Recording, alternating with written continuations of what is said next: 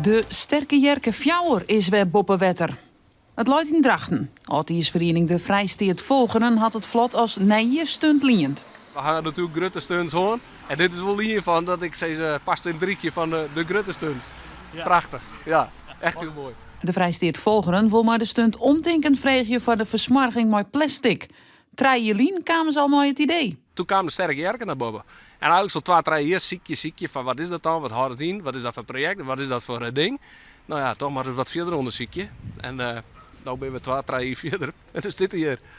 Het vlot waat in de nacht van Tongens die op vreed uit de Louterjachthaven de Hemrik wou hellen. Wilfred de Jong van de stichting Sterke Jerke Fjouwer is hem rotskrokken. Ja, ik was al heel vroeg wakker, want ik hoopte al en dacht, dit moet wel een oudjaars, nieuwjaarsstunt zijn. En toen?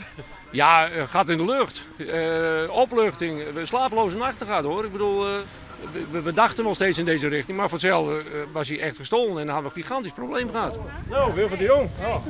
Oh, lekker zijn. Ja, dankjewel. De veroorzakers. Ja. De Jong kan weer verrommen ziek helje. Maar hij vindt het wel bijzonder hoe het de Naïersvereniging slag is om het grutte gevaarte te stellen.